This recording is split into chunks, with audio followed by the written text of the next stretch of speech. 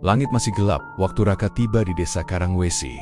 Kabut tebal menggantung di antara pohon-pohon pinus yang berjajar di sepanjang jalan masuk desa. Udara di sana berbeda dingin, lembab, dan seperti menyimpan sesuatu yang tak kasat mata. Sepanjang perjalanan, hanya ada suara langkah kakinya dan gemerisik dedaunan yang bergoyang pelan ditiup angin. Sudah hampir 10 tahun Raka tidak menginjakan kaki di desa itu. Terakhir kali ia datang, ia masih duduk di bangku SMP.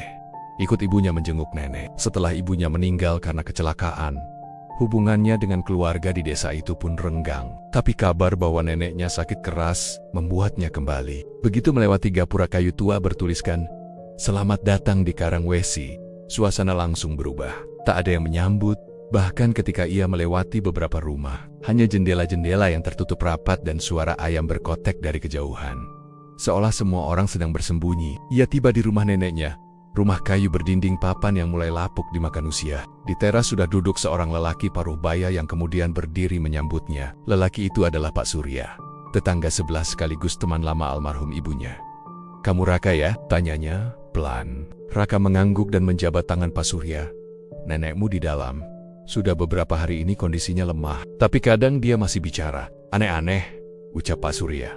Nada suaranya seperti menyimpan sesuatu. Saat Raka masuk ke kamar nenek, perempuan tua itu sedang tidur dengan selimut menutupi tubuhnya. Nafasnya pelan, tapi ada senyum di wajahnya seolah sedang bermimpi. Di meja kecil samping ranjang, ada segelas air dan setangkai melati kering. Malamnya, Raka duduk di ruang tengah sambil memperhatikan foto-foto lama yang tergantung di dinding. Salah satunya foto ibunya waktu muda bersama seorang perempuan lain. Wajah perempuan itu asing, namun ada sesuatu yang membuat Raka menatap lebih lama dari seharusnya. Dia yang meninggal itu. Suara Pak Surya mengejutkan Raka dari belakang. "Siapa?" tanya Raka penasaran. "Itu Lastri, teman dekat ibumu dulu. Korban pembunuhan. Sudah 15 tahun, tapi orang-orang sini masih diam. Takut kalau arwahnya belum pergi." Pak Surya kemudian menutup mulutnya dan mengalihkan pandangan. "Sudahlah, gak usah diungkit. Desa ini gak suka cerita lama dibuka lagi." Tapi justru karena itu, rasa penasaran Raka semakin tumbuh. Ia tak tahu kenapa, tapi ada dorongan kuat untuk mencari tahu. Malam itu, sebelum tidur ia bermimpi aneh. Dalam mimpi, ia berada di hutan yang sunyi. Ada suara tangisan pelan dan bau bunga melati yang menyengat. Lalu muncullah sosok perempuan berambut panjang dengan mata penuh luka, menunjuk ke arah sebuah lubang tanah basah. Raka terbangun dengan keringat dingin. Besok paginya, ia menyusuri desa, berpura-pura hanya mencari udara segar. Tapi sebenarnya, ia mencoba mengingat letak tempat yang ia lihat dalam mimpi. Ia berjalan ke arah barat, ke pinggiran desa yang jarang dilewati orang, sampai ia bertemu dengan seorang gadis muda yang sedang menyapu halaman rumah kecil. "Raka?" tanya gadis itu. Ia menoleh dan agak kaget. "Wulan?" Gadis itu tersenyum. "Kamu masih ingat aku?" "Ya." Mereka pun duduk di balai-balai depan rumah. Wulan adalah teman masa kecil Raka. Dulu mereka sering bermain di ladang dan sungai. Sekarang Wulan tumbuh jadi perempuan yang tenang dan kalem.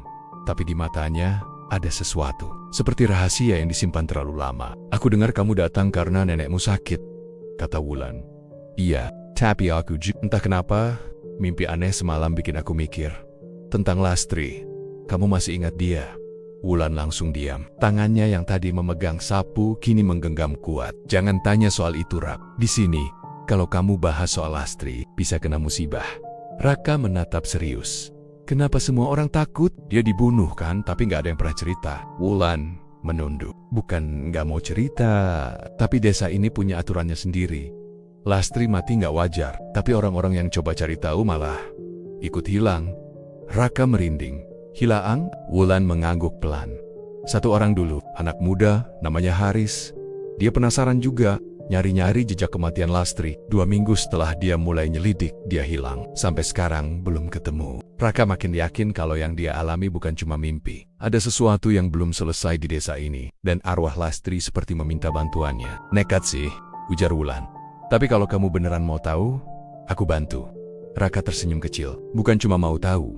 Aku merasa dia pengen sesuatu diselesaikan." Hari mulai sore. Suasana desa semakin sepi seperti biasa. Tapi kali ini Raka merasa benar-benar diawasi. Setiap langkahnya, seperti ada mata-mata dari balik jendela. Ia sadar, mencari tahu tentang Lastri adalah hal yang tabu di desa ini. Tapi ia juga sadar, diam tidak akan membuat arwahnya tenang. Malam itu, suara tangisan kembali terdengar dari dapur rumah nenek. Raka bangun, menyalakan senter, dan berjalan pelan. Tak ada siapa-siapa. Tapi di lantai dapur, ia melihat jejak kaki berlumpur mengarah ke pintu belakang. Saat ia membuka pintu, angin dingin menerpa wajahnya. Di kejauhan, samar, ia melihat siluet seorang perempuan berdiri diam di bawah pohon tua. Raka hampir memanggil, tapi suaranya tercekat. Perempuan itu menoleh, wajahnya samar. Tapi ia bisa melihat air mata dan luka di pipinya. Saat Raka memejamkan mata dan membukanya kembali, sosok itu sudah tidak ada. Desa Ciwinduk kembali diliputi ketegangan. Setelah penemuan motor Dina dan Rian yang terparkir tanpa jejak di pinggir jalan, setapak menuju hutan bambu, bisik-bisik warga makin menjadi. Beberapa orang bersumpah mendengar suara jeritan perempuan dari arah hutan pada malam itu. Sementara yang lain mengaku melihat sosok perempuan berambut panjang berdiri di tengah jalan ketika fajar menyingsing. Pak Karta, kepala dusun, meminta warga untuk tidak menyebarkan cerita aneh-aneh. Jangan sampai desa kita jadi bahan omongan luar, katanya saat ronda malam. Namun, larangan itu justru membuat rasa penasaran makin menggelora, terutama bagi Arman, adik dari Dina, yang merasa ada sesuatu yang disembunyikan. Arman diam-diam mengumpulkan keberanian. Ia tahu malam Jumat Legi yang akan datang dipercaya sebagai waktu tipisnya batas antara dunia nyata dan gaib. Ia bersama dua temannya, Ilham dan Yoga, memutuskan untuk menyelidiki hutan tempat motor Dina ditemukan. Dengan membawa kamera, sesajen kecil, dan doa seadanya, mereka masuk ke hutan diam-diam. Langkah kaki mereka terhalang akar-akar besar, dan suara binatang malam seperti memantul tak wajar. Ilham mulai merasakan hawa dingin yang menusuk, sementara Yoga terus merapal doa dalam hati. Di tengah perjalanan, mereka melihat kain putih tergantung di pohon bambu. Saat didekati, kain itu ternyata berlumur darah dan terikat dengan rambut manusia. Mereka terpaku. Malam itu berubah drastis. Tiba-tiba terdengar suara jeritan yang mengoyak keheningan hutan. Suara itu seperti berasal dari dalam tanah, bergema panjang dan melangking. Kamera Arman merekam semuanya, namun lampu senter mendadak padam serentak. Suasana menjadi gelap gulita. Dalam gelap, mereka mendengar suara langkah kaki yang menyeret, semakin dekat dan semakin berat. Arman mencoba menyalakan senter kembali. Begitu nyala, mereka terkejut bukan main. Tepat di hadapan mereka, berdiri sosok perempuan dengan wajah penuh luka. Mata kosong menghitam, dan mulut menganga memancarkan darah hitam. Sosok itu menunjuk ke arah mereka, lalu terdengar suara perempuan lirih. Bukan kecelakaan, aku dibunuh. Kalian harus lihat sumur tua. Setelah itu, semuanya gelap. Ketika Arman dan teman-temannya terbangun, mereka sudah berada di tepi hutan. Kamera masih menyala, dan rekaman tetap ada.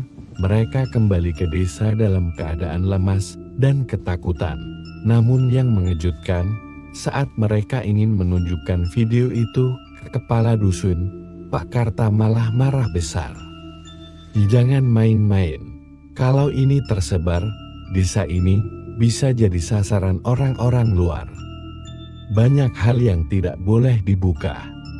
Tapi Arman tahu, apa yang mereka lihat nyata, dan suara itu jelas meminta mereka untuk menemukan sumur tua.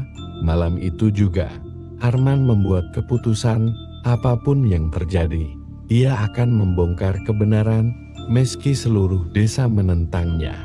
2 minggu setelah kejadian malam mengerikan itu, desa Ciwinduk kembali terlihat tenang di permukaan, namun suasana dalam hati setiap penduduknya tetap penuh kecemasan dan kewaspadaan.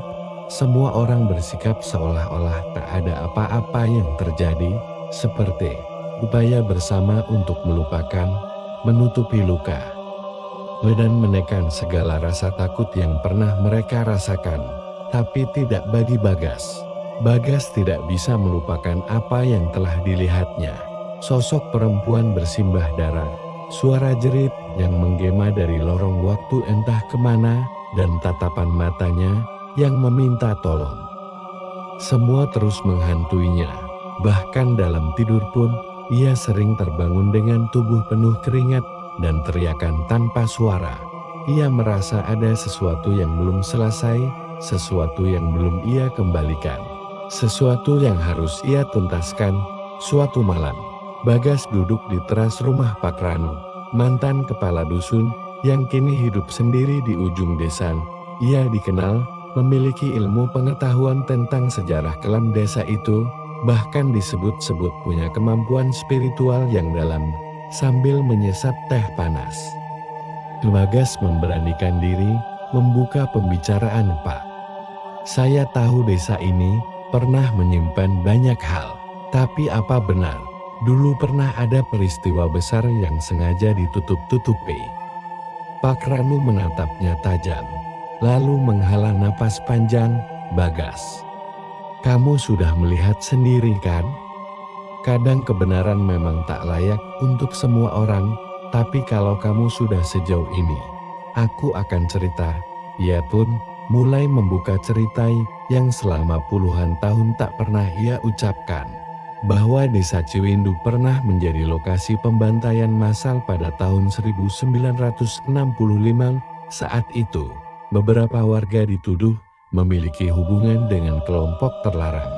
Tanpa pengadilan, tanpa proses, mereka dibantai dan jasadnya dikubur dalam hutan bambu di area yang kini menjadi tempat larangan. Salah satu korban adalah seorang perempuan muda bernama Sumiati. Ia bukan bagian dari kelompok itu, tapi karena ia menolak lamaran dari anak seorang tokoh desa, ia dituduh dan dikorbankan. Sejak itu, banyak kejadian aneh muncul di sekitar hutan, tapi pihak desa selalu menutupinya, khawatir hal itu membuat desa dianggap terkutuk. Sumiati itu, dia belum bisa pergi, Bagas, karena dendamnya belum usai, karena pengakuan belum diberi, dan karena kebenaran belum diucapkan. Bagas mengangguk pelan, hatinya mulai memahami, ia harus membantu mengakhiri semuanya. Maka keesokan harinya, ia mendatangi balai desa dan meminta pertemuan dengan seluruh tokoh masyarakat. Awalnya mereka menolak, bahkan mengancam. Tapi Bagas tak gentar, ia membawa catatan, rekaman, dan bukti dari malam kejadian, termasuk hasil foto ritual yang diam-diam ia ambil. Akhirnya, para tetua desa menyadari bahwa menutup-nutupi hanya akan memperbesar penderitaan. Diadakanlah sebuah upacara resmi. Mereka membersihkan area hutan bambu, mendirikan tugu kecil peringatan, dan membaca nama-nama korban satu persatu, termasuk nama Sumiati. Kerangisan dan doa mengiringi prosesi itu, dan selama upacara berlangsung, langit mendung seolah membuka dan matahari menyinari tugu kecil itu. Malam harinya, untuk pertama kalinya dalam hidupnya, Bagas tidur dengan nyenyak. Tak ada lagi mimpi buruk, tak ada lagi suara tangisan.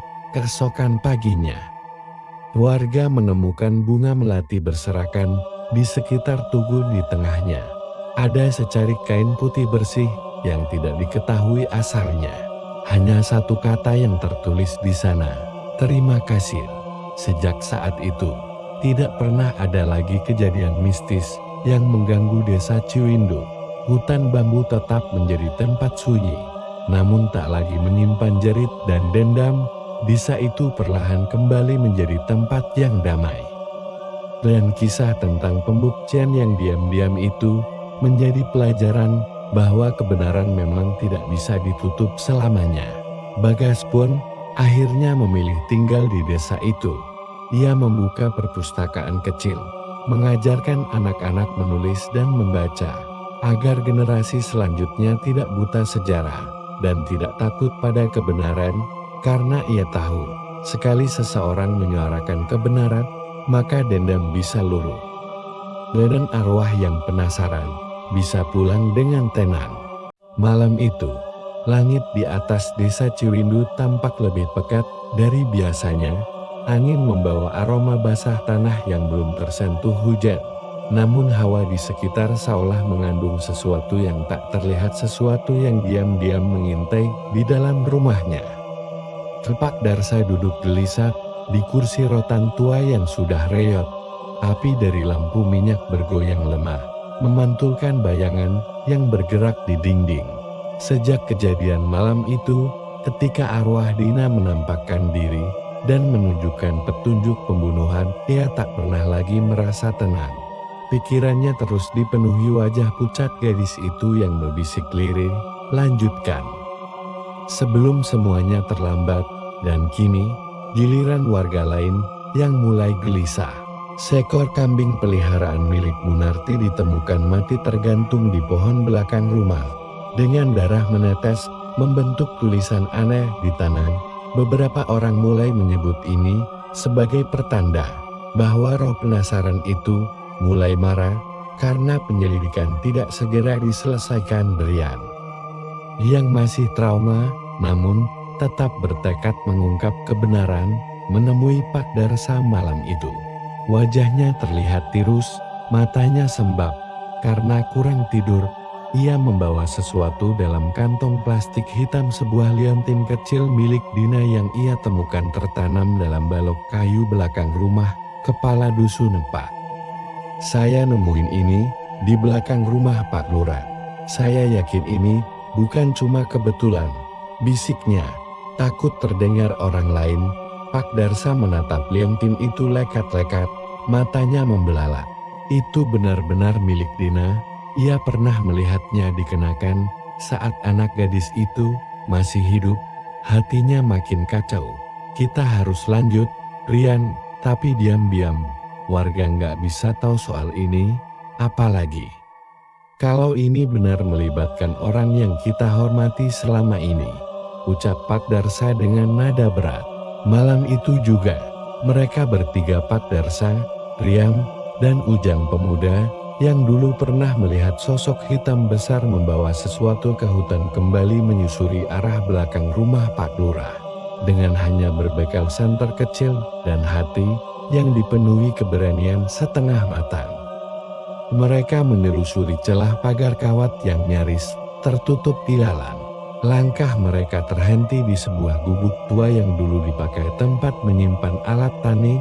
Bangunannya reot, sebagian atapnya runtuh, tapi dari sana tercium bau busuk yang menyengat, sesuatu seperti daging membusuk, bercampur bau tanah dan karat. "Pak, itu apa?"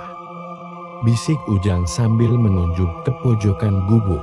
Dengan senter diarahkan, mereka melihat tumpukan karung goni kotor dengan bercak merah kehitaman di beberapa bagian. Rian memberanikan diri membuka satu. Dalam hitungan detik, ia mundur dengan cepat dan memuntahkan isi perutnya di dalam karung itu. Terdapat baju seragam sekolah perempuan yang sudah sobek dan berlumur darah, dan di karung lainnya sepasang sepatu putih yang dulunya dikenakan Dina, masih berlumur tanah liat, dan sesuatu yang mirip rambut manusia menempel di bagian tali sepatu. Pak Darsa menggigit bibirnya sendiri hingga berdarah. Tubuhnya gemetar. "Dia Allah, ini benar dia. Dia dibunuh di sini." Rian menangis. Ujang melongo tak percaya, tapi sebelum mereka sempat berpikir lebih jauh, suara kayu berderit keras terdengar dari sisi lain gubuk. Seseorang atau sesuatu sedang memperhatikan mereka. Tiba-tiba, lampu senter Rian mati. Angin bertiup kencang, asap putih tipis muncul perlahan dari tanah, mengelilingi mereka. Dari balik kabut, suara tangisan perempuan terdengar sangat jelas, tersendat, penuh kesedihan, namun juga membawa amarah yang membakar. Salah satu papan lantai gubuk retak dan runtuh. Dari dalam lubang keluar serpihan tulang-tulang kecil yang sudah menghitam. Di antaranya tampak sebuah gelang perak dengan ukiran nama Dina. Mereka semua terdiam. Lalu terdengar suara langkah kaki mendekat dari luar gubuk, berat, lambat. dan sangat mengenal jalan ini. Pak Darsa memberi isyarat diam, nafas mereka tercekat. Tiba-tiba, pintu gubuk terbuka dengan keras. Sosok lelaki tua berdiri di ambang pintu. Sorot matanya tajam, wajahnya datar. Namun tak asing, Pak Darsa mengenalnya, itu Pak Lurah. Sudah kubilang, jangan usik masa lalu yang tak perlu dibongkar. Dan semenjak malam berdarah itu, rumah Pak Darsa seakan menjadi pusat perhatian gaib. Entah kenapa, suara-suara aneh seperti langkah kaki, bisikan lirih, dan bau anyir darah seringkali menyelimuti malam. Bahkan ayam-ayam enggan mendekat ke pekarangan rumahnya. Dan kucing-kucing liar mendadak menghilang dari sekitar rumah itu. Dina dan Rian belum juga ditemukan. Namun ada satu hal yang tidak diketahui banyak orang. Darsa masih menyimpan sesuatu yang belum pernah ia ceritakan pada siapapun, sesuatu yang ia ambil dari lokasi hilangnya Dina dan Rian. Malam itu, hujan gerimis membasahi genting rumah Pak Darsa. Ia duduk sendiri di ruang tamu, memandangi benda aneh yang terbungkus kain kafan kecil. Itu adalah keris tua berselaput darah kering yang ia temukan tersembunyi di balik pohon besar dekat tempat motor Dina ditemukan. Keris itu tampak biasa, namun sejak membawanya pulang, hidup Darsa tak pernah sama lagi. Setiap malam, ia bermimpi melihat perempuan berlumuran darah menatapnya dari pojok kamarnya, tak bersuara. Hanya berdiri dan menatap. Semakin hari, perempuan itu makin mendekat. Sementara itu, Saka keponakan Darsa yang diam-diam melakukan penyelidikan sendiri, mulai merasa ada yang aneh. Ia mencuri dengar percakapan paman dan seseorang lewat telepon tentang menjaga rahasia lama agar desa tidak hancur. Malam ketiga, Saka nekat mengikuti pamannya ke sebuah tempat tersembunyi di dalam hutan, tempat mereka biasa melakukan ritual pembersihan desa. Namun kali ini berbeda. Saat bersembunyi di balik semak, Saka melihat pemandangan yang membuat darahnya membeku. Pamannya bersama dua orang sesepuh desa melakukan ritual pemanggilan arwah menggunakan darah ayam hitam dan sesuatu yang tampak seperti rambut manusia. Arwah yang dipanggil tak lain adalah arwah seorang perempuan muda. Ketika asap dupa mulai membumbung, sosok itu muncul. Rambut panjang menutupi wajah, tubuhnya bergetar, dan suara tangisnya memilukan. Namun satu hal yang paling menyeramkan adalah ketika sosok itu menunjuk ke arah Saka yang bersembunyi. Dia tahu kamu di sana. Suara lirih muncul dari dalam kepala Saka, bukan dari telinga. Saka lari terbirit-birit pulang. Tubuhnya menggigil. Namun sesampainya di rumah, ia mendapati sesuatu yang lebih mengerikan. Keris yang tadi disembunyikan Darsa, kini sudah berada di atas ranjangnya, basah oleh darah yang masih menetes. Di luar rumah, angin mendesir. Tapi bukan angin biasa, seperti ada yang berbisik bersamaan dengan desiran itu. Malam itu, Darsa mendadak menghilang. Penduduk desa yang mendengar kabar itu hanya saling tatap, takut saling menyalahkan. Namun Saka tahu, ini bukan sekadar pembalasan dendam arwah penasaran. Ini adalah pembuktian dari rahasia lama yang selama ini sengaja dikubur. Saka tahu, jika ia tidak melangkah lebih jauh, maka nyawa demi nyawa akan terus menjadi korban.